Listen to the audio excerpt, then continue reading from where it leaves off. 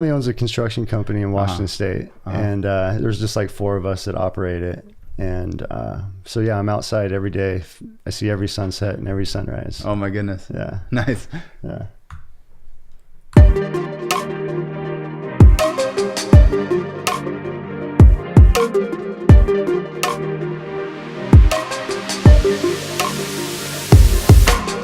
Every sunrise and every sunset. Yeah. Is that something that you have had going on for a long time? Yeah, pretty much my whole adult life since I was growing up. I've just been outside every single day from dusk to dawn almost. Wow. Yeah. Wow. So somebody can't keep you really cooped up. Not really. No, not very cooped up, man. Okay. Usually So what happens when you're in an office setting or some kind of thing like that? Are you kind of itching to get back outdoors or? I get a real claustrophobic feeling. Yeah. Okay. Yeah, I'm itching to get outdoors, or even if I'm in a state or somewhere that has a lot of no trespassing signs, I get a little claustrophobic even. Okay. Yeah. Okay.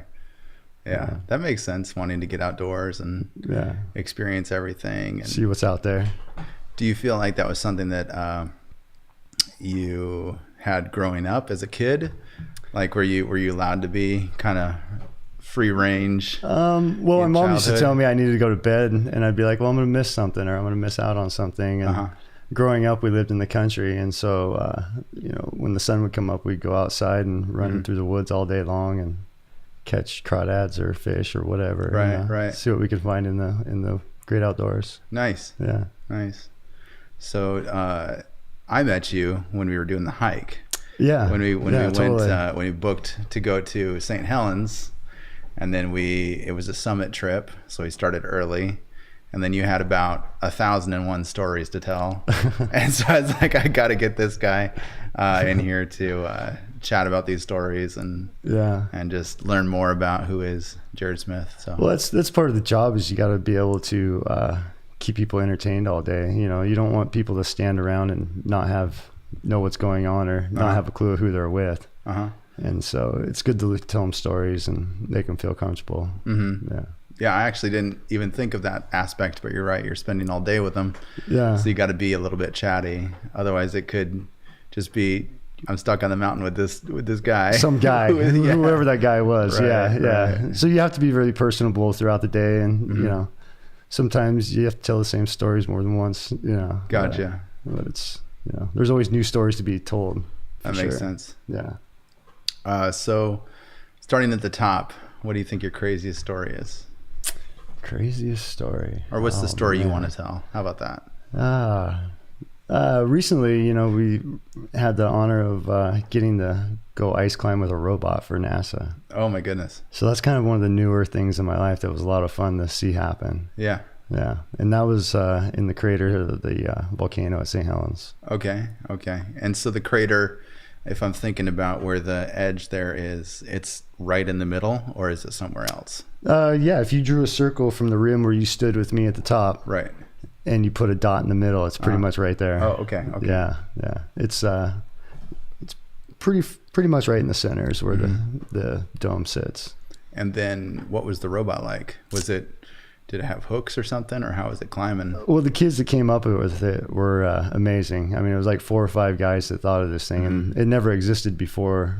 There's no ice climbing robots. Right. Okay, so it was ice climbing. So this is the first ice climbing robot in history. Oh, so wow. It's kind of neat, and this robot's going to be going out into space in 2023. Okay. To tour some planets and ice caves out there. Okay. By itself. So was it an ice cave at St. Helens as well? Yeah. So originally, some people had taken it to Rainier and they tested it, just the hand, and then they brought back the whole machine with them. Oh, okay. This time, the whole robot put together. Okay. Yeah. How big is it? Is it like this big, or? It's like 6 feet tall. Okay. When it's all spanned out and and whatnot. Yeah, it's pretty amazing. It's almost like being a part of history. You know what I mean? Like Christopher Columbus was, or something. This thing's going to go out and discover things that we don't know exist right now. Right. Yeah. And I'm assuming there's a use case for it. Like, did they find ice or something where they're going? I believe it was, I'm not sure exactly where it's going, but I want to say Europa is one of the moons that it's headed to. Holy cow. Yeah. That's what they say is another Earth, right? Well, it's a lot of ice there, and there's Okay. possibility of caves and water underneath. Okay. Yeah. Okay. So it was I kind of looked it up a little bit after they were coming to Right. hang out with us. Yeah, that's cool. Yeah. Yeah. So it seems to me like every time anybody even steps a foot on that mountain, you get a notification. Then you got to drive over and say, "Hi, how you doing? Welcome to the mountain." I Not kind really. of feel like you own the mountain. Well, That's my perception. Yeah. Well, you don't want to bug people. Right. You know what I mean? It's not my job to police anyone. Oh, I didn't mean to nip And policing, so I don't introduce myself to everybody. Right, You know, I give a simple hello to most people, Uh-huh. and how are you doing? And I guess I just mean when we were up there, it was like you knew everybody on the mountain that was coming and going. oh, I know And quite everybody few was a of them, yeah. familiar face. Oh, Even, yeah. even the mountain goat that ran by. He was like, "What up, Jared?" Well, I mean, yeah, I do have a few friends. You remember Mac the Raven? Okay. He was Okay. up there that day flying around with us, and yeah, you start to know animals just like people when you live in an area. Oh, the raven. Okay, yeah. Yeah, the yeah, literal the raven, yeah. or the deer that live down at tree line. You start to know them and whatnot year after year. Uh-huh. Yeah, it's pretty wild. So I remember you saying something about living up there as well. You spent some time camping up there. Well, I work for the Mount St. Helens Institute, Okay. which is a nonprofit that works with the Forest Service. Mm-hmm. And there's multiple areas that we can stay and we can use while we're guiding or working, up on the monument itself. Because you drove up there. You guys had to leave pretty early to meet me that day. Mm-hmm. Yeah. So it's a long drive to Windy Ridge or anywhere. So we have these little cabins and stations that we can stay at. Like Pine Creek is one of them. Mm-hmm. Oh, okay. Yeah, Okay. they're kind of neat little cabins. Nice. Yeah. And then, But I know of a couple cabins hidden in the woods that Oh. that were built by people that are pretty sweet. okay, so just people went out there and Just went out and built a Built 'em. cabin, and you'll come across them, and it's like, whoa, there's Oh, a okay. cabin. Okay. Yeah. what's inside? Well, supplies. Okay. If you get stuck in the woods. Yeah. Okay. Yeah, I liked in one of those videos, and I think you mentioned this too. But if you don't know Jared already, and you're in the woods and you meet him, it's probably under bad circumstances, like you broke your leg and he's coming to save the day. Oh, and Yeti Coolers. Yeah, The commercial for yeah, Yeti Coolers. yeah. Yeah. That was Brandon Busey, one of the volunteers for the Institute. Okay. And, he's from the Midwest. And I believe he moved out here after seeing a show I was on. Oh, okay. He started volunteering with the Institute. Oh, wow. And he's a wonderful guy. I mean, he changed his whole life. Yeah. He quit smoking. He quit his job and he moved out west. And I think he's having a lot of fun nowadays. That's awesome. And so he knew this person at Yeti Coolers. Okay. And so he's like, hey, you guys want to do a commercial? And I talked to him on the phone, and they're like, hey, we'll be there next week. Right. Yeah. Right. Oh, wow. Okay. Yeah, So that it was came pretty together funny. pretty quick. Yeah, totally. And then when you said he saw a show that you were in, and that got him inspired. Do you know what show that was? So I had a small part in a OPB production called Mount Hood Ice Caves. And he had watched that documentary, and just the beautiful imagery shots from that show, and all of us people in it. It kind of changed his life and made him realize he was missing out. Gotcha. Yeah. Gotcha. Yeah. Okay, so when you're out there and everything, do you feel like if you're not experiencing it firsthand, like you're kind of missing out? No, I mean, you have to balance in life. Okay. You know what I mean? You have to have balance. And so if I have to stay back and work and I can't go on an expedition or whatnot, I don't let it get to me at all. Okay. It's just life. You have to be able to balance everything. Right. Yeah. Right. Yeah. So there's lots of things that I'm like, gosh, I wish I could go, but Yeah. you just can't do it all the time. Same as anything else. Same as anything else. Yeah. It doesn't have an unnatural pull. It's just another thing that you're balancing in life. Yeah. Yeah. When I was curious to hear maybe some of your top tips for experienced climbers and for inexperienced climbers, just kind of going up on the mountain. What should they be aware of, or what is the thing that they didn't hear from somebody else already, or they didn't read online already? Well, I mean, there's always, the repeatedly thing of telling people where you're going to go, you know what I mean, when you're going to be back and what you're doing. I used to not do that a lot when I was younger. I would just go out and just go climb somewhere or drive and just go do something and not tell anyone. And I never really thought of the consequences or what could happen from that. And, it's good to let people know where you're going to go and what you're going to do. If you're going to be by yourself, that's probably the most important thing. If you're going to come back alive, Right. You break a leg, that could be it for you, just the broken leg alone. Right. Because that means you're not getting out of there. You're not mobile, no. Right. Yeah. Huh. That's important for sure. And if I recall, you have some nursing or medical background of some kind, enough to be a first responder of some type. Yeah, I've been certified as a Knowles Wilderness first responder. Okay. And the acronym's like WOOFer or something like that. But it's a outdoor school out of Washington, D.C., I believe, and out of Wyoming as well. But it just teaches basic BLS. Which is? Band-Aids, CPR, okay. Mental health. Do you know what BLS stands for? Basic life support. Oh, okay. Yeah. Okay. Yeah. Gotcha. Yeah. So it's pretty much everything you can do everything an EMT can do, you know what I mean? But in the backcountry with nothing at all. Okay. So I could fix somebody with sticks. Oh my gosh. Okay. Yeah. How do you think you'd do on a show like Naked and Afraid? I'd be fine on that. Really? Yeah. Okay. Yeah. So you could start a fire and everything? I could start a fire, yeah. Okay. Yeah. I actually I had an old timer one time. We were standing in the woods and he looked around at all of us young kids and he's like, sure. What's the best fire starter out here? And, we all had lichen or, all these different types of fire starter. And he's like, no, pitchwood, man. And we were all like, what's pitchwood? Yeah. And so he showed us, the Doug fir, how the stumps will take the sap in. And okay. So there's little things in the woods that you can use to, look for them while you're lost or while you're doing something. Okay. Yeah. Okay. Wow. That's incredible. You're just so comfortable with I could do that. No problem. Oh yeah, totally. Have you ever done any kind of endurance survival kind of stuff, or tried to just go out with nothing and see how you do? We have the luxury of having sleeping bags nowadays. Right. And so I like having a sleeping bag at night. Sure. Who doesn't? You know what I mean? A backpack. You got to nice really Gore-Tex want to jacket. not be in a sleeping bag for the night. Yeah. I think I'd have to be paid to not be in a sleeping bag. Yeah, that makes sense. Yeah.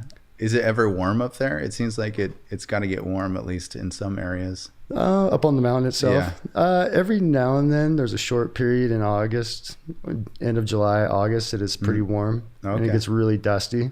Okay. Yeah. There was a lot of rocks and rocks and ash flying around. And it gets really dusty. Yeah. But no, for the most part, it's cold. Once you get above 6,000 feet, it stays pretty cold. Mm-hmm.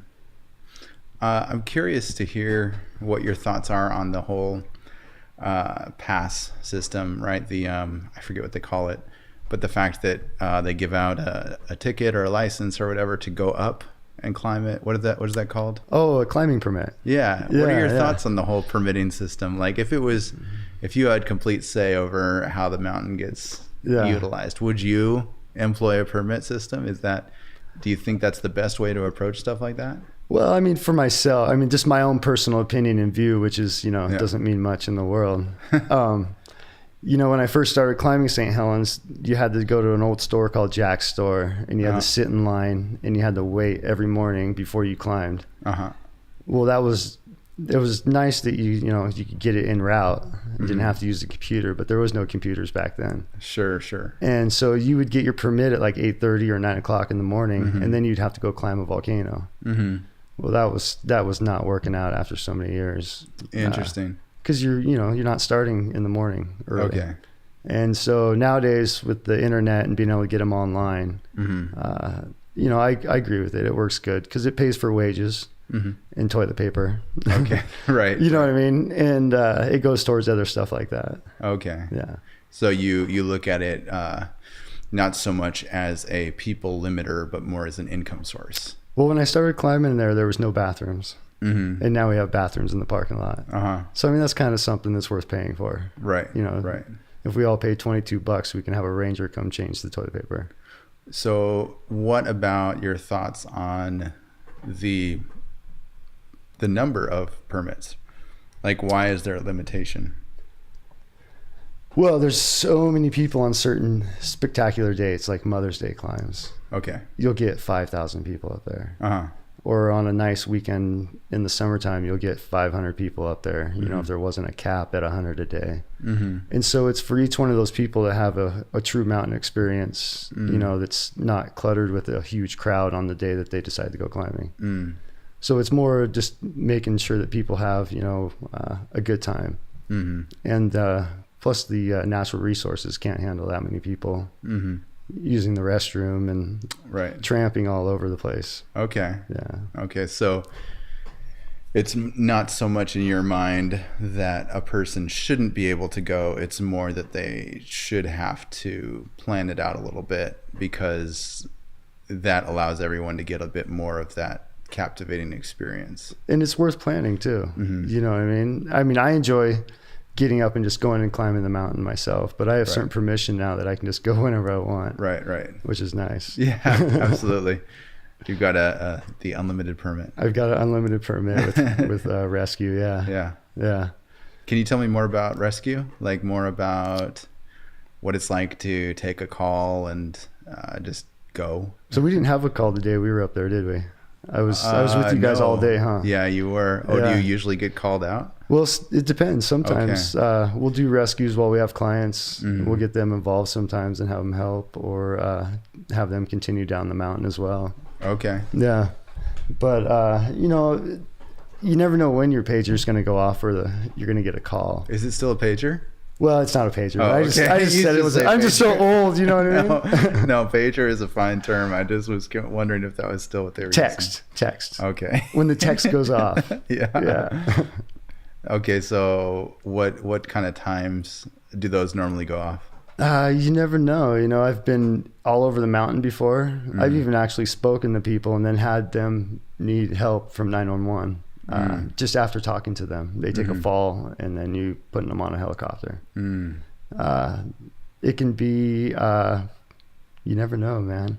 Okay. Yeah. So like it's not, there could be 4 calls in a week and then nothing for 4 months. Oh, okay. Or 3 months or whatever, you know what I mean? Like there'll be a big span, or sometimes it'll just be consistent for months on end. What about like time of day? Is it usually in the evenings when things are getting a little calmer or something? Well, you know, the local sheriff's department doesn't want to just pull the trigger on rescue resources unless they have to. Okay. So they're going to make sure they have all the facts and, you know, they know what's going on before they even pull the trigger on any of us leaving our families and going out in the woods. Yeah. But I remember you saying that how many people did you rescue in a year? I can't even remember what the number was. We did like 30 rescues last year. Yeah. That's wild. That's so many rescues. It is. Yeah. Yeah. Oh my goodness. That's like almost one a week. Looking at that. Yeah. Some of them multiple a week. Yeah. Oh my goodness. And we even had rescues that were like 2 or 3 in one day. Yeah. I mean, it was a busy year that year. Yeah. So when, what does a normal call look like? So you get a text, it says, I get a text that says, and it's a big area too, if I recall you saying. It's all of Skamania County. Okay. So that's a huge county that reaches from Mount Adams area. Okay. All the way north up into the Dark Divide, and then around the St. Helens and back down towards Swift Lake and all that. And then it cuts right back to the gorge. Okay. Yeah. Okay. Usually we'll get a text that says either subject lost or subject injured.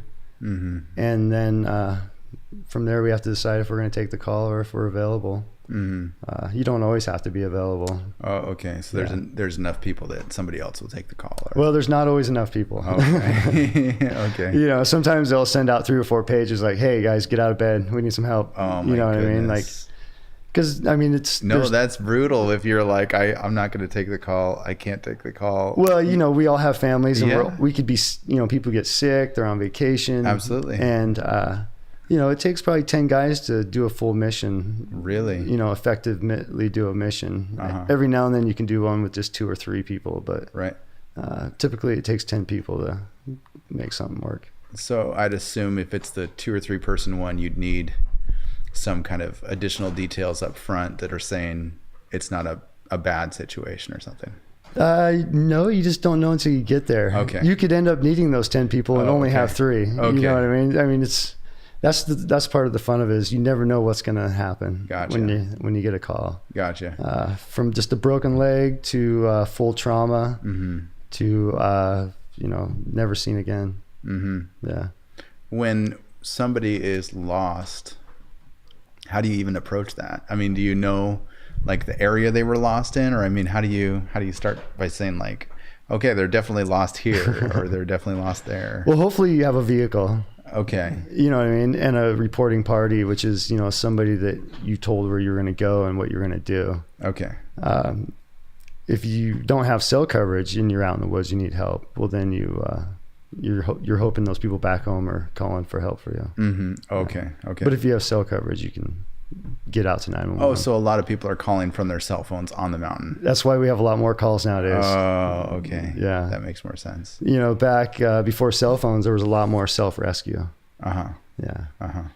Yeah. But we enjoy rescue, so we don't mind. Call 911. Right. Yeah. Right. Yeah. Man. So if they're lost, they're saying, I'm by a tree. I'm by a tree. And usually we know what tree that is too. Like sometimes we can talk them out of the woods by cell phone. Oh my gosh, that's happened before. Yeah. Wow. Where we can actually talk them out of the woods. Okay. Yeah. Okay. Gonna want to take a left at the stick. Take a left at the stick and then follow the draw down. Yeah. That's great. Yeah. One of the tips that I really liked when we were up there that I feel like not everybody realizes is you were talking about the path that you took us on. You were saying you don't have to go down the main path necessarily, and then you were also saying something about whatever's most comfortable or safest path. Or can you expand on that a little bit? Well, in mountaineering, when you're above tree line, yeah, it's called a route. So you don't have to stick to a route. It's more of a suggested route, So if you go to the left or the right, depending on what the season is, you're going to have to go different ways. So as the snow comes in, you're obviously going to have to stay out of train traps and stay, out of holes. As the snow melts, you can get more into the gullies where there's softer sand, and you can just move more smooth through that. Yeah, that's what you were saying when we were out there too. Is the other people were going on these big boulders, and you're saying, yeah, you can break your face with those boulders. Oh, so easy. Down here, we got no risks except maybe sliding a little bit. Yeah. It's it's all about the people we take up there are different ages. It goes from I think the youngest we had was I think it was a 12-year-old or no, it was a 9-year-old. It was supposed to be a 13-year-old. Oh my goodness. Yeah, but he was French and his dad was a climber. Okay. And he was the scrappiest little kid I ever met. Okay. So he did a pretty good job then. He tore it up. I was awesome. Like, I might have, not let him go, but I was like, no, you can go, dude. Right. We'll see what happens. And right. He did just as good as all the adults. Right. Yeah. Cause that's the thing. You can always keep those active scenarios. I mean, when we went up, some people even had to go down and have somebody take them back down. Oh yeah, totally. Yeah, so I guess that happens. Yeah. Yeah. You definitely don't want to read a book by its cover. Right. It doesn't matter who you are as long as you want it. I was curious too, is it do you really have an affinity for St. Helens, or do you like other mountains, or how did you get kind of connected to St. Helens?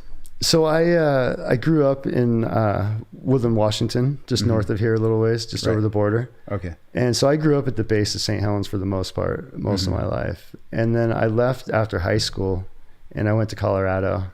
And I kind of just felt like the Rockies were flat because they were all the same height. They were all 14ers and everything was just the same type of terrain. And so I realized after that and climbing a little bit back east that I enjoy volcanoes. I enjoy that monolithic feeling of being above everything so high that it's going to take a little while to get back down. Right. Okay. Yeah. What's the tallest mountain you've climbed?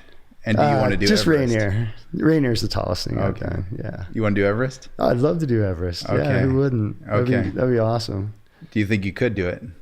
Yeah, I think I could do it. Okay. Yeah. I mean, I'd like to do McKinley too, though. And you've been a Sherpa.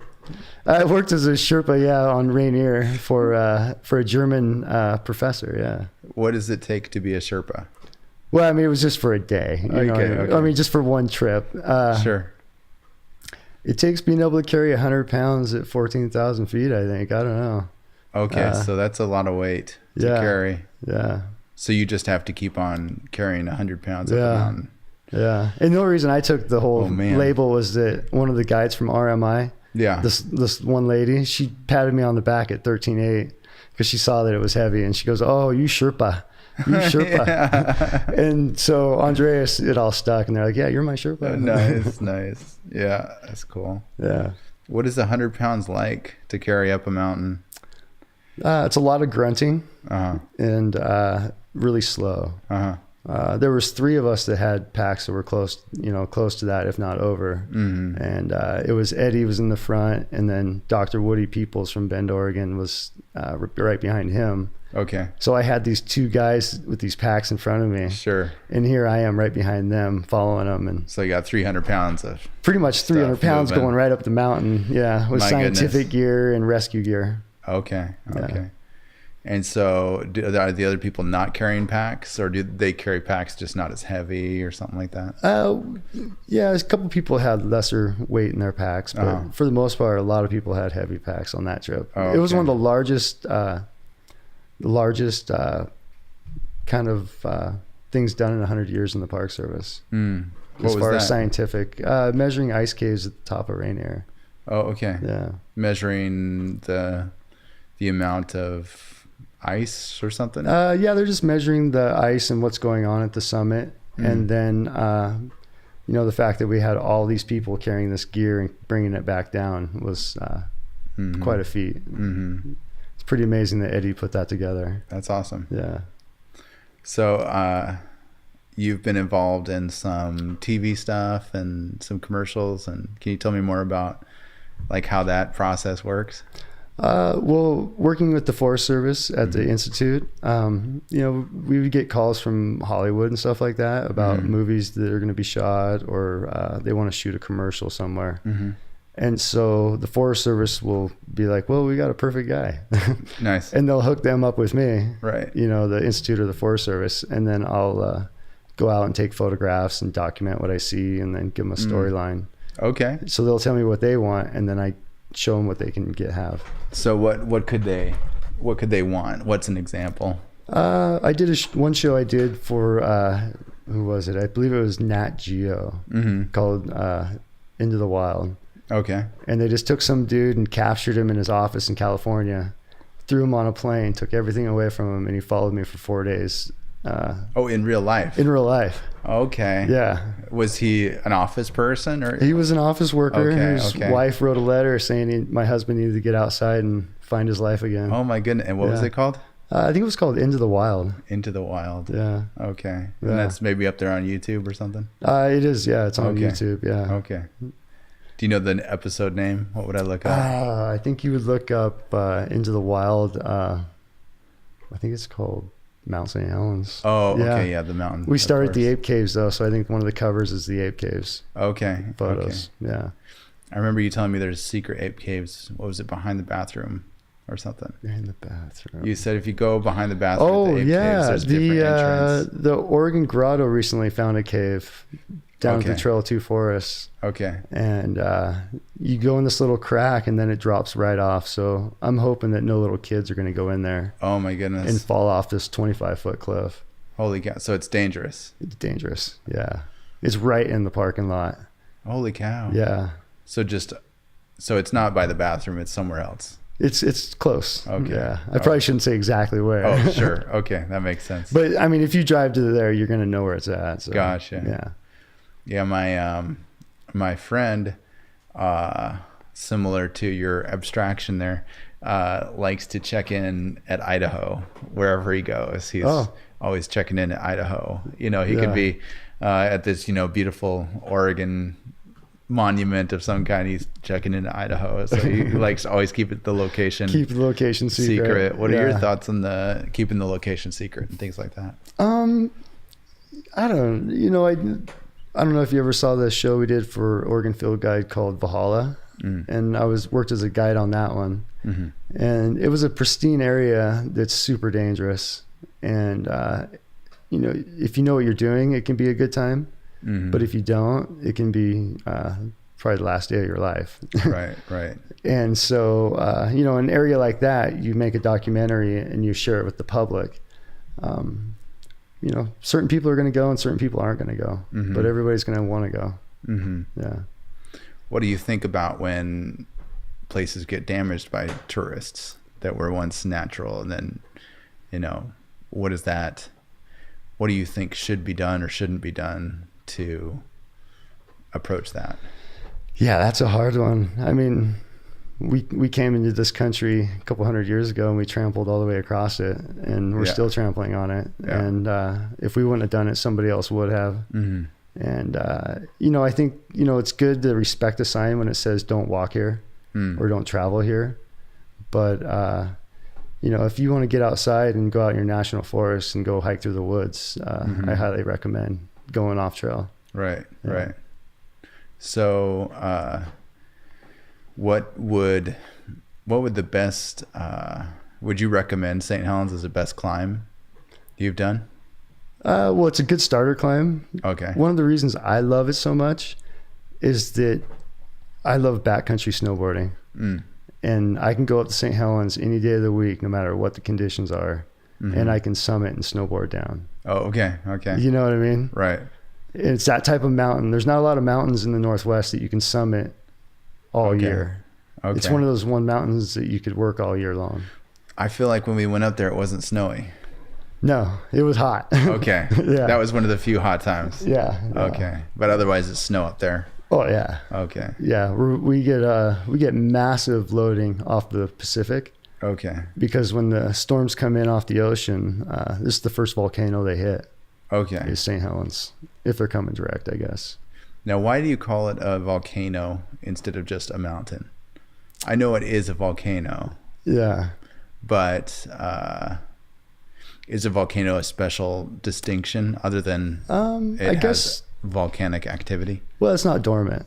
Right. You know what I mean? It's erupted in the last 100 years. Right. And it's continued to, have dome building mm-hmm. processes going. Okay. So it's kind of deserves that title of volcano. Okay. That's cool. think. Yeah. So growing up next to it, you must have seen a lot happen to it over the years, growing and changing. Well, I mean, the day it blew up, I was just a little kid. Yeah. And it was my grandpa's birthday that day, so it always kind of stuck with me. Right. And, we had family that was logging up there during the eruption and whatnot. And mm-hmm. so there was all those dramatic moments going on back then. And then growing up, we would elk hunt or, go pick huckleberries up there. Yeah. I don't know that I've had a huckleberry. Oh, you had one with me. Wasn't there any huckleberries when you were up there? I don't know. Yeah, I think it's always Marionberries that I hear about. It might be Marionberries, yeah. The huckleberries are awesome. They're the purple ones with the small broad leaf. Okay. And then the mountain blueberry is bluer and it has a really tiny leaf. Okay. Yeah. Okay. So you said that you've taken like hundreds of people up there then and toured them. Yeah. On the mountain, is it usually a summit when you do it? Always a summit. We might not make it every time. Okay. But that's the intent. That's the intent, is to get to the top. But the intent's to get back to our vehicles. Yeah. For the most part. That's a higher priority than that's the highest priority, is getting back to the car. Yeah. What's been some unique stories from doing that? Sorry. There's just lots of triumph moments for somebody to achieve a lifelong goal and be a part of that for them and experience and share that with them is pretty neat. So like early on, they're talking about, this is something I wanted to do all my life. And then you get to walk them up to the top, and it's something they've been thinking about for a while. Yeah. Okay. So like I have a client his name is Martin Schumer. Mm-hmm. He's from up in the Seattle area. Mm-hmm. And he was hit by a drunk driver 15 years ago. And suffered a traumatic brain injury. Can't walk, can't stand, can't even talk. And he contacted me, and it took us 3 tries and 22 hours on the final summit. But he was able to climb and come all the way back down. Oh my goodness. Yeah. When does a climb end if it's a 22-hour thing. Seemed like it was never going to end. It sounds like it. Yeah, I kept telling him, Martin, we're close to the top, man. We can just call it good right now. And he was like, no, push me. And I was like, oh, man. Wow. Yeah. But we did it. And since then, he's climbed 5 more mountains. And he's attempting Mount Rainier with the owner of, I can't remember which company it was. I just saw a quick glimpse of it the other day. But he's attempting Rainier in a few weeks. Okay. Yeah. He's going to write a book about all of his triumphs from beginning to end. Amazing. And our photo at St. Helens will be on the cover of it, I guess. Oh, nice. Yeah. Yeah. That's special. Yeah, it is. It was cool. The Seattle Times reporter called me and told me Martin really liked me and did a whole interview about his climbing profession. Oh, that's amazing. Yeah. Yeah. That is incredible to be a part of people's moments like that. Yeah. Because he was an amazing dude before his accident. He was even more amazing after, but his life completely changed one day. Yeah, absolutely. Yeah. Well, speaking of some difficult or traumatic kind of things like that, one of the things you had mentioned to me before was about bone marrow transplant. Yeah. Can you tell me more about that? About 9 years ago, I had a son who was diagnosed with a disease called HLH, or hemophagocytosis. And it's pretty much you get a cold or a virus and your body attacks itself. And there's 2 ways of curing that. One way is through chemotherapy, and the other way is through a bone marrow transplant. So if the chemo doesn't work, they have to do bone marrow. And the only matches in the whole world for my son was his 2 older brothers. So that was pretty special. But the process of what we went through and having to deal with, a sick kid and not being able to do anything for him, and having to trust the world around me and the community around me to help me is kind of what helps me give back. Yeah, you mentioned the give back part of it, and that was kind of what I was curious to explore a little bit. So like even in guiding, I put everything I have into that as an appreciation. Yeah. So you almost look at it when you go to the mountain, when you help other people, as you're demonstrating appreciation. In a small little part of my brain, yeah. Okay. Yeah. Yeah. There's a lot of other parts of it too. I like adrenaline. And I like having fun, and I enjoy sharing certain places with people. Yeah. But wanting to give back was something that it sounds like drove you to make certain decisions about. Well, in my early 20s, I wanted to be a guide when I was in my early 20s. Okay. And I wanted to help, work in the outdoors, but I found myself not wanting to hang out with people. Like I didn't want to die with somebody I didn't even know, or I just, why do I want to climb with somebody I don't know?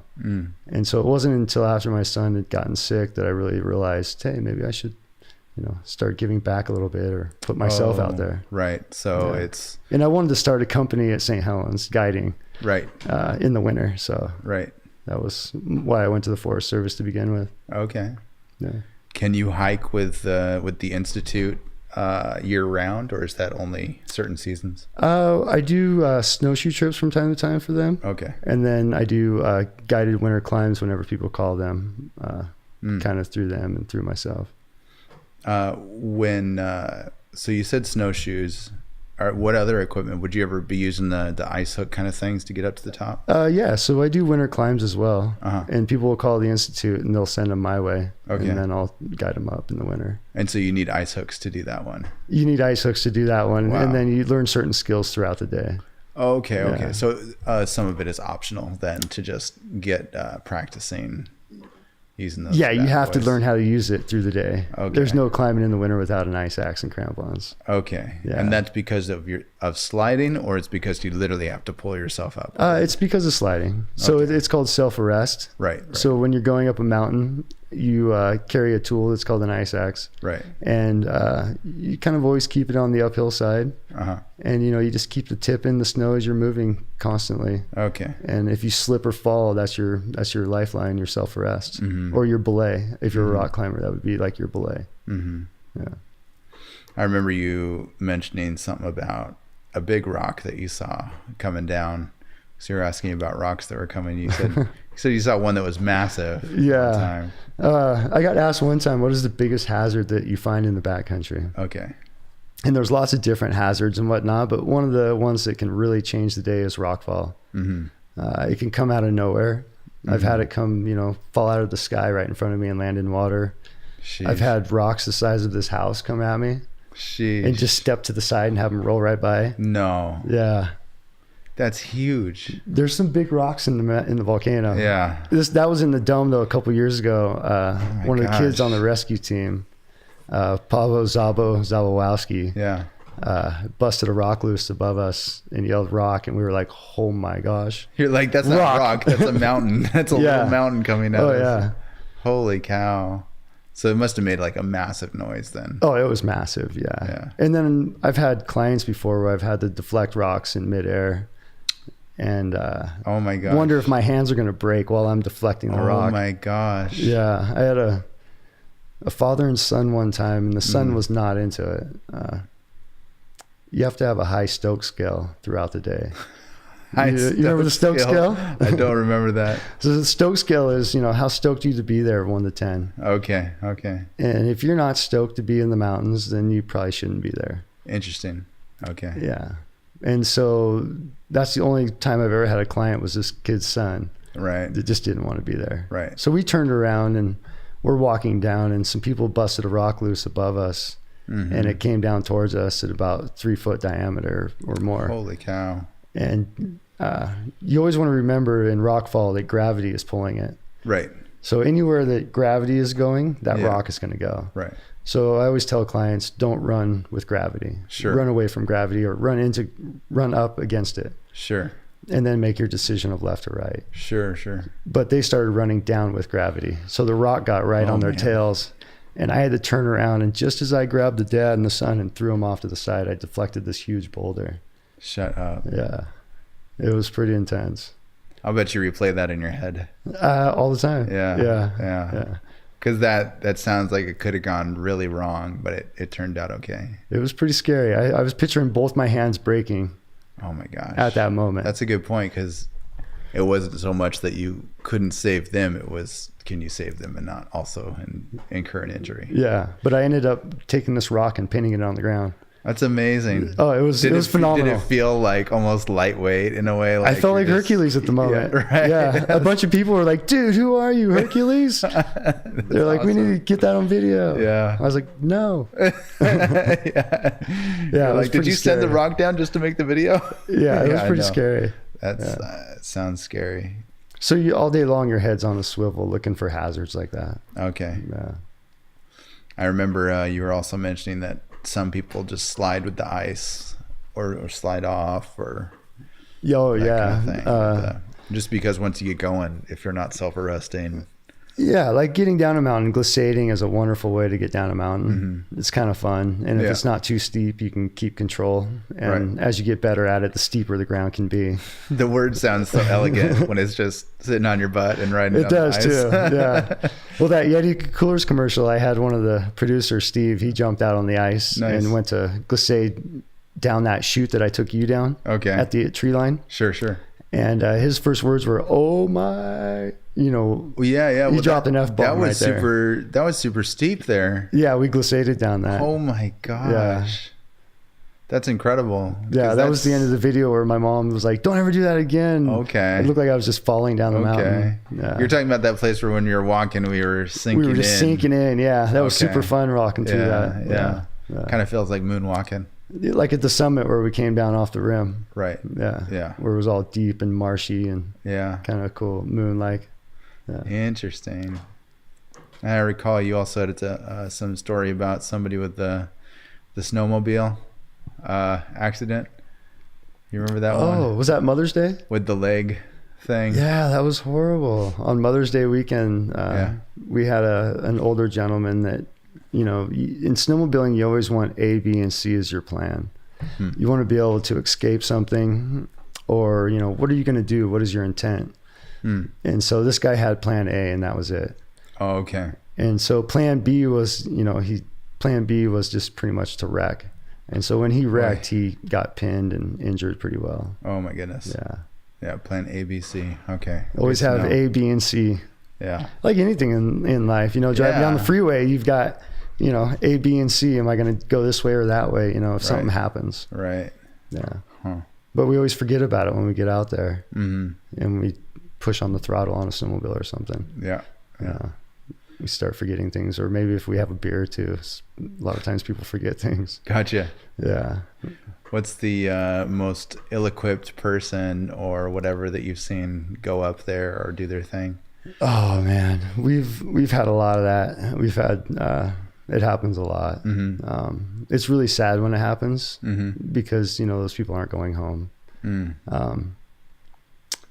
You know, we've had you'll get a whole group of folks where you'll have, you know, 15 people going out climbing or snowmobiling, and one person owns all the GPSs in the winter, and he just hands them out, and you see that all the time. It's like none of those people know how to use those. Luckily they have them on. Hopefully they're turned on too. Okay. Yeah. So somebody, but you just see a lot of ill preparedness. Somebody's People get handing lucky. out GPSs?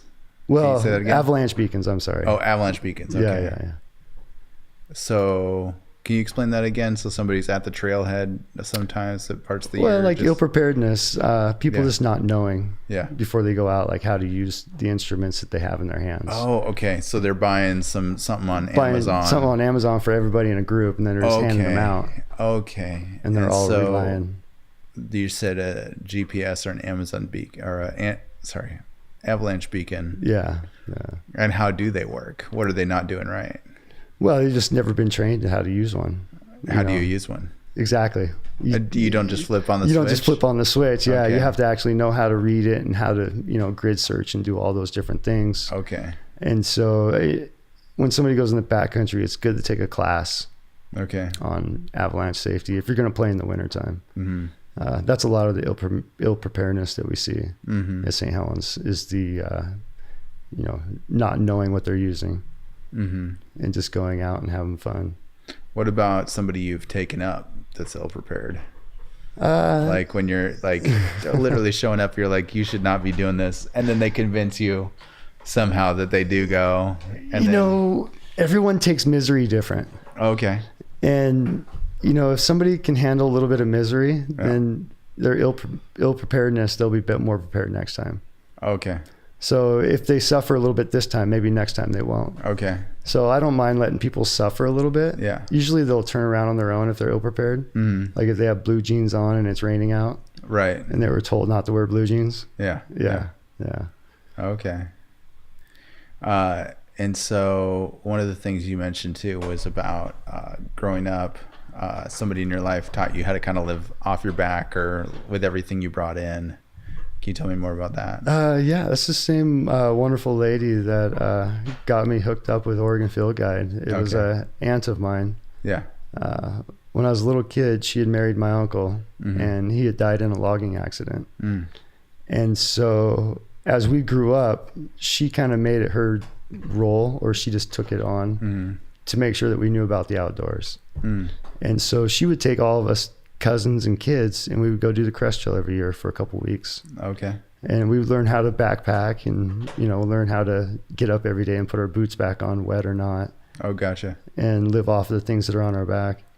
Yeah. It was a great lesson, and it got me started loving the outdoors. What would you eat on those trips? Were you foraging or? Top ramen. Okay, so you brought food in. Okay, good. Top ramen, and what else did we have back then? It wasn't much. Top ramen and peanut butter, man. That was about it. Yeah. There wasn't a lot of this high shock, you know, Cliff Gatorade, bars, there was no Cliff bars back then. Yeah. Right.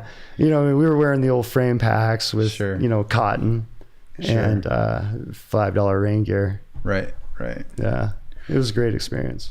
One of the things that I thought was interesting about your approach was it doesn't seem like you like are all about the gear, right? It seems like you're kind of like all about just doing it, and it's like gear is very secondary. I mean, I like good gear. Okay. So I mean, you got to have the right gear. Okay. Is the problem. All right. And so you know, you have to have a GPS. I mean, there's just basic things like that. And you know, Garmin makes those, and so we all buy Garmin or whatever other brand, their E-Trekker or whatever. There's certain brands of clothing I don't wear just because I don't want to die in it. Oh my gosh. Sure. And I don't want to bash them on, on this, fine, but there are certain brands that I won't wear and I've turned down before. Like, gotcha. No, thank you. I don't like what you stand for. Wow. Okay. Okay. Yeah. Even though they want to give you a free coat, I'm like, no, thanks. Right. But there's a few brands out there that I stand by for sure. What would your favorite brand be? North Face is a great brand. Okay. Arc'teryx's a great brand. Arc'teryx. Okay. It's probably the best, outdoor clothing brand right now out there. Interesting. The military wears it. I got to hang out with some PJs one time from the Air Force, and they all were sporting that. Okay. Okay. That's cool. Yeah. Huh. I think PMR, Portland Mountain Rescue, wears Arc'teryx too. Okay. Yeah. Interesting. Now I got a Google search for later. There you go. Yeah. Just to check them out. It's very interesting. I think it's foreign too. I think it's French or something. I'm not sure. Okay. Yeah. That's cool. Well, I know there's a North Face, shop down there in Woodburn, the outlet there. Oh yeah. Yeah. And I always liked the way the North Face stuff looked. It's good to hear that it's also as effective as it seems to be. When I was a kid growing up, Scott Schmidt was a skier for North Face. Okay. Back in the day. Okay. And so was Glenn Plake, I think, a little bit. They were skiers back in the 80s and early 90s. And, they got me started wearing North Face, as opposed to what your parents buy you. Right. You get your first job and you go buy your own coat. Right. There you go. Yeah. And so I've always stuck with those brands. That's cool. Yeah. When you do go on a climb, do you psych yourself up in any certain ways? Do you have any morning routine for a hike day? So like with rescues, my wife calls it my rescue high. Okay. So like that, you get adrenaline rush. Sure. But like the expedition work, like where we go out and we stay in the crater for 12 days. Before you leave, you say your goodbyes to everyone because you don't know what's going to happen. You pretty much accept the fact that you could die. Did you say for 12 days? Yeah. Oh my gosh. It's almost 2 weeks, man. Almost. Yeah. And so you take your food in there. You're taking food with you and everything. Yeah. And you never know, storm wise, if you have to stay longer or if it's going to be shorter too. How do you ration out food like that for that many days? Well, we have a helicopter carrying food there. Oh, okay. So we eat pretty good. Yeah, helicopter food sounds good. Yeah, it is. Interesting. Okay, so you say your goodbyes and that's you say your goodbyes, yeah. And then your intent's to always come home, but you always have to accept the fact that something could happen. Yeah. So you appreciate each day more when you're in that environment of high stress and danger. Yeah. Did you, do you think you saw yourself having that kind of risk being a part of your lifestyle when you were younger? It was part of my lifestyle since I've been little. Okay. I mean, I've always kind of, I'm not necessarily afraid of death, but I want to have some fun while I'm here. Gotcha. So I don't want to be afraid so much that I don't want to do things. Like I'll go climb something. Yeah. Yeah. How do you think fear plays into climbing and doing what you do? I learned a long time ago about this one poem. I don't remember the whole poem right now, but at the moment that I had read it, it was really cool. And it was about a thing called the Warrior's Way. And it was written by one of the Indian chiefs back in the old days. And it just talked about, overcoming your fears and working through anything, no matter what you're facing. And that just know that you can do it. And so if I walk into an ice cave, like this last trip we did, it was all melting. And it looked like it was going to fall on our heads. Holy cow. And people were scared, and you just move through it and hope for the best, I guess. Right. Yeah. Sheesh. So it seems like the way that I would interpret that is that you almost have to have sort of an edge or sort of a forward momentum, and that if the fear kind of takes hold, that you're gonna be on the backside of the wave instead of riding the wave or something. Is that kind of a fair interpretation of that? I think I like to touch my fight or flight a lot too. Okay. That whole, survival mode thing. Okay. I enjoy getting that close adrenaline rush with that. Gotcha. So kind of staying on that edge where you're kind of making those decisions. How do you battle fight or flight with keeping your head straight, like making good decisions and things like that aren't impulse? Anticipation's a lot of it. Okay. Running, so you've drawn out several scenarios. I've drawn out several scenarios all day long. Like even our trip, all day long, I'm drawing out a scenario for each client. Right. Or, like when I'm guiding Valhalla, all day long, I'm drawing out each scenario as I come to a waterfall. Okay. What's going to be next, or what am I going to have to do next? Mm-hmm. What's the worst possible thing that's going to happen? Mm-hmm. That A, B, and C thing again. Mm-hmm. Yeah. And so as those things are happening, you're almost able to react a little bit quicker because you've already thought about it. Okay. Yeah. That makes sense. So you've already seen it happen, or you've seen it coming. Right. Anticipation, I guess. Interesting. So did you think that anticipation in that sense is something that is new for you, or something that's kind of always been there? Do you think it's a skill you can develop? I think it's a skill a person can develop with, getting comfortable in their surrounding. Mm-hmm. You don't want to become too compliant to where you get hurt or killed yourself. And there's times that you don't have control over that. Mm-hmm. But, the more you do something, the more repetitive you are, the more comfortable you are. Mm-hmm. And so I think I've been climbing for over 20 some years. Mm-hmm. So I feel really comfortable in the repetitiveness that I've done it. Mm-hmm. Yeah. With your kids growing up, are they interested in climbing? Oh yeah. Okay. Yeah. One of the coolest moments as a father was one of my kids, after watching their dad on a big movie screen theater. Oh, nice. Was like, "Dad, I want to be just like you. I want to climb with you when I grow up." Yeah. And we go climbing every now and then. And then what are their ages now? 17 or 16 and 10 and 9. Okay. Yeah. Nice. And so do they climb with you on Helens then? I've taken the older ones up. Yeah.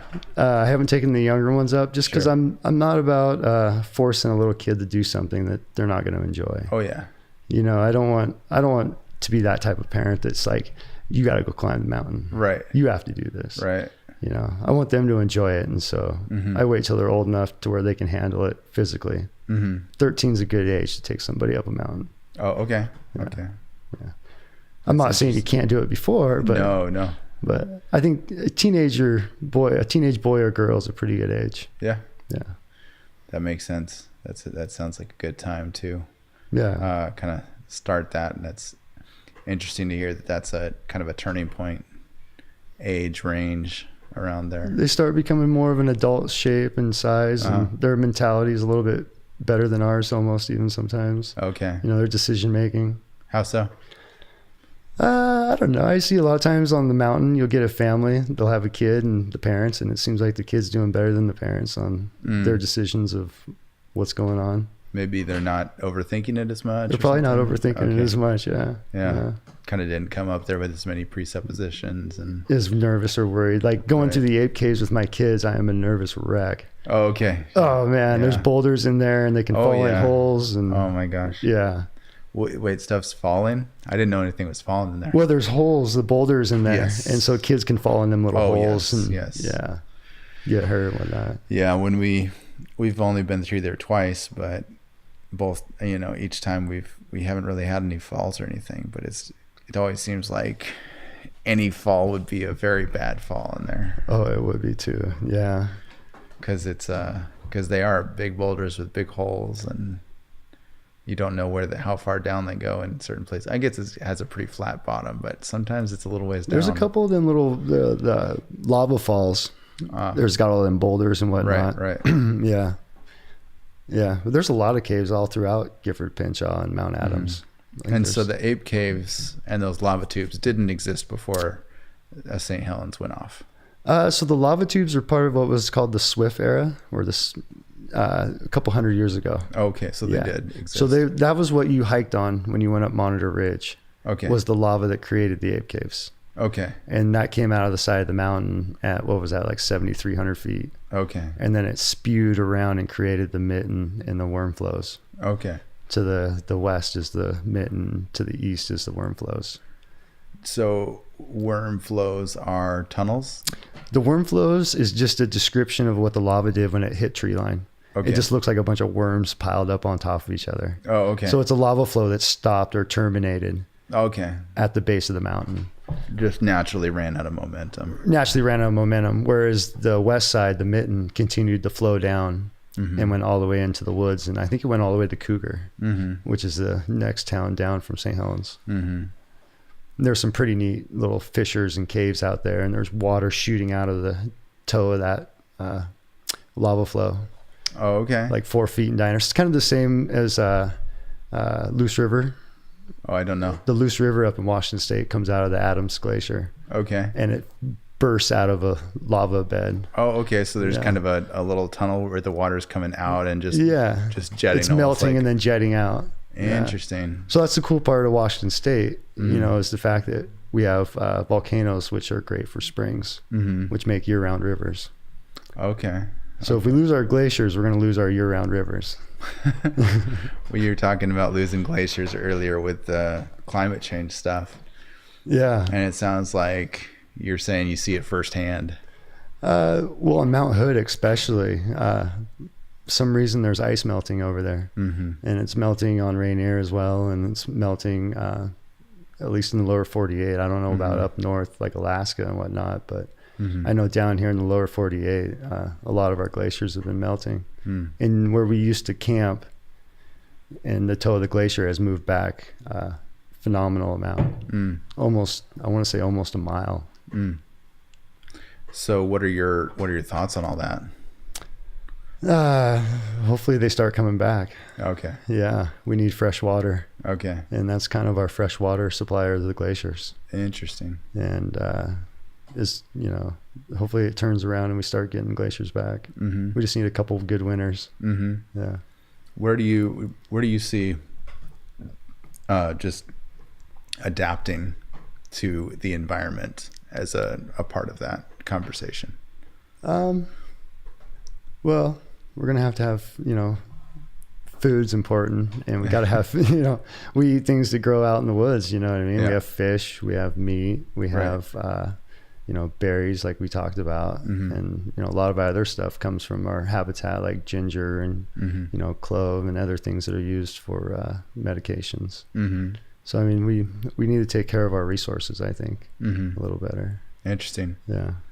And so, and we were also talking a little bit about who knows if we're affecting that change. Yeah, I mean, if we caused it or if we can improve it. Yeah, so. I mean, that's the way I look at anything political, is that I don't know the whole story. Yeah, that's it. And so how can I make an educated decision on something that I don't know everything about? Yeah, that's a good place to start. Is it's a meaningful conversation. And I don't know it all yet. So. Yeah, exactly. And then you can start digging from there. But I always think that, there's other people know more than I know. And there's people that I know that are really, really smart. And they're saying there's a problem. Yeah. Yeah. And so I tend to believe them. Oh, yeah. Yeah. Yeah. No, it's good to be aware of it. Yeah. And it's like, for example, a place we used to live is in Portland, and it's part of what's called the 100-year floodplain. Oh, yeah. So I guess it's an area that the city has determined is going to be technically flooded in 100 years. Oh, wow. Yeah. But I'm guessing that the city will make adjustments and improvements that keep it from flooding. You got 100 years to dig a hole that will, or build a small dam or something whatever it might be. I don't know. Yeah. But cities solve these problems all the time. But it is just interesting to think about, like, our climate is changing, and I'm always just curious about how adaptation plays a role in that. How much things have to change for it to be really bad. Yeah. Well, I mean, our rivers are warming. Like, I work with scientists that work on fish, and they're pretty much saying, yeah, our creeks are warmer, and it's hard for fish to survive in that warmer water. Yeah. So the fish have adapted to a certain temperature. Well, I think they're dealing with it right now. Okay. I think there's a threshold though that could push that they won't be able to. But maybe we won't push that threshold. Mm-hmm. Yeah. Maybe it'll take place over a certain amount of time where things have time to adapt. I don't know. That's what we can only hope for. Right. Yeah. Interesting. What's your favorite kind of weather? Weather? Yeah. The nastiest you can find. Oh, okay. So you're like, bring it on. I'm like, bring it on. Yeah. I mean, if it's 70-mile-an-hour winds and a blizzard, I love it. Okay. Yeah. Interesting. Have you, so you're saying if you can't see anything in front of you and stuff's hitting you in the face, you're like, this is. I'm lit up. Yeah. Okay. Yeah, you're ready, like level 10. Yeah. Right. Nice.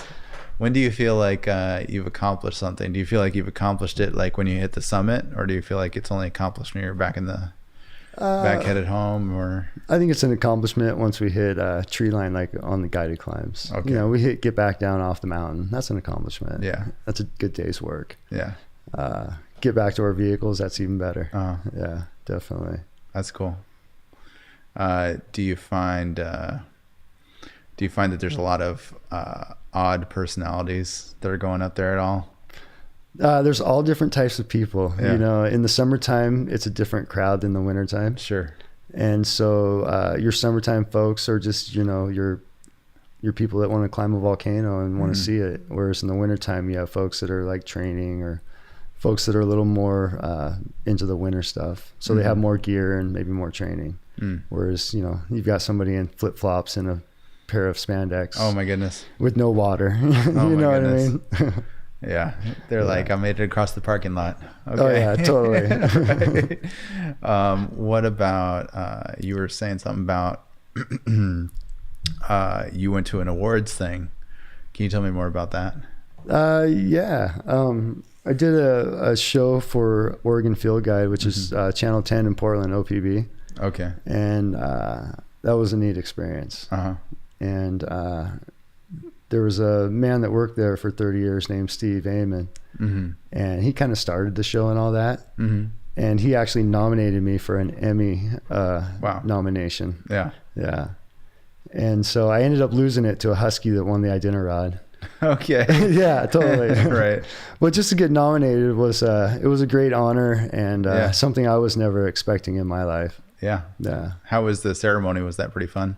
It was really cool. You know, I got to see everybody who's in the news industry or in the TV industry in the Northwest and Idaho and Washington, Oregon. And it sounds like those are some familiar faces. Oh yeah, like since you've interacted with them. Channel 6, Ken, Channel 6 News, the anchor guy. Okay. He got a big award, and I'm like, dude, I've always seen you. I love you. Right. He was like, thank you, man. Yeah. Nice. Yeah. It was really neat to get to go. Yeah, that's cool. With what it looked like, it was almost outdoors-ish a little bit, or was it indoors? Oh, the ceremony? Yeah. It was indoors. Okay. Yeah, it was at a big venue in Seattle. Okay. And it was like downtown Seattle, and I had to go buy a suit because I didn't own a tie. Right. Well, that's a good event to dress up for, or to get a suit for. Yeah, totally. I didn't want to just wear what I have on right now. Yeah. That's cool. Yeah. Any other tips for climbers? He said, tell people where you're going. Yeah, tell people where you're going, and then investigate what you're going to do. And then, you know, right before you go, look at the extended forecast and, you know, think of, you know, what are we going to do if we get in trouble? And then talk about that with your group if you have a group. Where's the best place to look for an extended forecast? I use Mountain Forecast. Okay. Is that a website? On my cell phone. Yeah, it's a website. Yeah. All right. Yeah, I just look it up really fast en route. And it gives me extended, and it gives me detailed elevation and everything, windage and all that. Okay. So like the trip we did, I looked at it, and it was pretty good weather that day, I think. It was great weather. Yeah. That So was we were a perfect golden. day. Yeah, it was good weather that day. Yeah. But like 2 weeks before you, it was snowing or something, I remember. Really? Okay. Yeah. The only thing that wasn't working for me that day was some massive nerve pain that I had on my back. Oh, man. Yeah. I was having, what was I dealing with that day? I had something going on with, the back of my knee. I had some soreness in my knee. Yeah. But that's part you of gotta guiding. have your legs moving or working to go on that trip for sure. Yeah, well, just every now and then, you get aches and pains in your body. Yeah. And I guess part of being a guide is being able to put those aside. Yeah. You have to. If I'm sick or I'm injured, I still have to do my job. That's impressive. Yeah. How do you approach that? You put yourself aside, kind of the same way with rescue. Yeah. You put your own personal well-being and your own personal, well, not well-being, but your own personal, sure. Preferences. You don't care about yourself as much. It's not about you at that moment. So how do you feel like that is for your body? Do you feel like it's detrimental to your body, or do you feel like you're on a mission and it's all going to work out, or do you kind of circle back on that later on and kind of do the healing later? Or I think there's the old use it or lose it. Mm-hmm. Okay. So my philosophy is just keep using it until I can't use it no more. Gotcha. Yeah. I'm not saving it for anything later on. Right. Yeah, that's a good point. It's like you're, every day you're a day older. So. You're a day older and you're a little less, stronger even, I guess. Right. Yeah. As you get older. So a lot of the energy and the vibe that I get from you is this kind of, a little bit of like go big, go home kind of thing, like have fun, relaxed kind of thing. Don't sweat the small stuff. Don't sweat the small stuff. Yeah. What other things about like your mental approach to things can you share? You just want to treat others as you would wish to be treated. Mm-hmm. That's one of the most important things. Working with the public, or just going to a restaurant. You want to treat that waiter, or you want to treat anybody you meet the way you want to be treated. Mm-hmm. So that comes back to a person, I think. Even more than it goes out. Gotcha. Like, you get more back from that than you give. Sure. Yeah. Sure. Yeah. So kind of like what you put out there, you're going to get back, kind of put that positive energy out into the world. And if you don't get it back, don't be ashamed that it ain't coming back to you. Right. Don't be upset about it. Yeah. That's cool. And then as far as endurance goes, it's not about being afraid, but how do you maintain the endurance? What thoughts are going on in your head when you're in endurance kind of situations, and how do you deal with those? Well, we're all capable. look at what Navy SEALs do every day. Uh-huh. They're training, they go and they don't sleep for weeks, for a couple of days, I think. Wow. Yeah. I can do a guided climb, and I've done 2 rescues, and then I did 2 trips to Camp Muir with 100 pounds back to back, and then I slept on the 5th day. Oh my gosh. I didn't sleep at all that whole time. Oh my gosh. And then I went and I think I went and roofed 60,000 square feet 2 days after that. Oh my gosh. Yeah. So it's just a mindset of you can do something and you have a goal, but then sometimes things get thrown into it, and then it's like, oh my gosh. I remember watching the sun go down, come back up, go down, come back up. Oh my gosh. And I was still like in the St. Helens area on the mountain. Then I was over here, then I was over there. And then I was like, oh crap, I gotta go. Oh my gosh. Or I did a trip in the crater for a week. And then I drove up to Leavenworth and took an avalanche test for mountain rescue. Sheesh. And it was like, I gotta go. What does one of those tests consist of? This one was for MRA, which is Mountain Rescue Association, which is it's all across the U.S. And every couple years you get tested as a team to be certified for the sheriff's department to call you. Oh, okay. And so it consists of every team in Washington State or every team in Oregon comes together and they critique each other. And so it's a field test. And so it's pretty much a retrieval of an avalanche patient, and then patient care and forecasting, like the whole picture of a rescue. Oh, okay. The sheriff's department has to know that you're so legit. It's not that an avalanche is actually occurring or activated or anything like no, that. Okay. Yeah. It's a total scenario situation. Gotcha. But if you don't pass it, the sheriff's department can't call you. Right. Yeah. Well, that makes sense. You should, if you're the one that's been sent out, you should be able to be effective. You better be able to be effective. Exactly. Yeah. Yeah. I still remember it was funny. You mentioned something about that you do the bandages and stuff, and you were saying that somebody is like standing right next to that person that could do it themselves, but They just don't know what to do, but then you do it. And I always feel bad for the boyfriend, you know what I mean? Or right. You walk up and you rescue their girlfriend, and right. It's like, you could have done that, dude. Yeah. You didn't need us to come do that. Oh my gosh. But could they have done it? I mean, did they have the equipment? Yeah, sometimes people can do that stuff. Okay. Yeah, self-rescue. They just don't know they can. Okay. You know what I mean? And so it's a confidence thing, or a knowledge It's a knowledge thing, yeah. and it's, you know, how they haven't been out there enough to know, right, you know, what they're doing. Yeah. Yeah.